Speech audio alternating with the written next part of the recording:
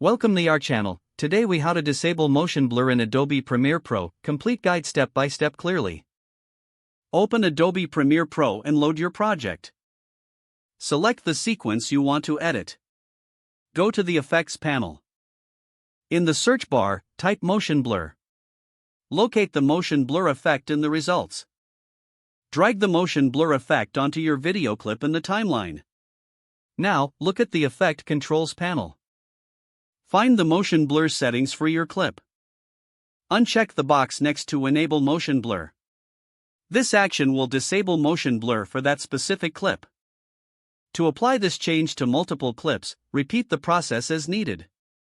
If you wish to turn off motion blur for the entire sequence, select all clips.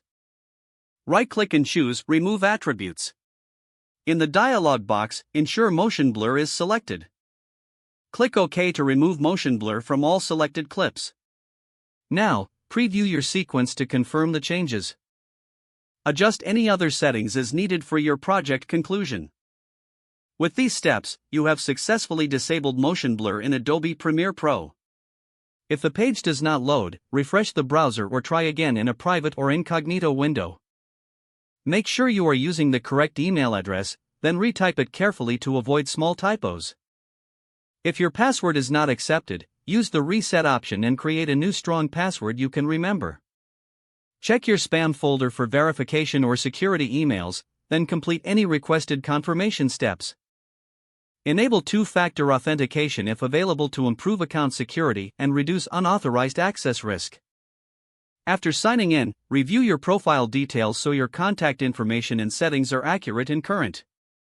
If you see an error message, note it down and try again after restarting your device and internet connection. Log out when you finish, especially on shared devices, to keep your account and payment information secure. If the page does not load, refresh the browser or try again in a private or incognito window. Make sure you are using the correct email address, then retype it carefully to avoid small typos. If your password is not accepted, use the reset option and create a new strong password you can remember. Check your spam folder for verification or security emails, then complete any requested confirmation steps. Enable two-factor authentication if available to improve account security and reduce unauthorized access risk. Don't forget to like this video and subscribe to our channel for more step-by-step tech guides.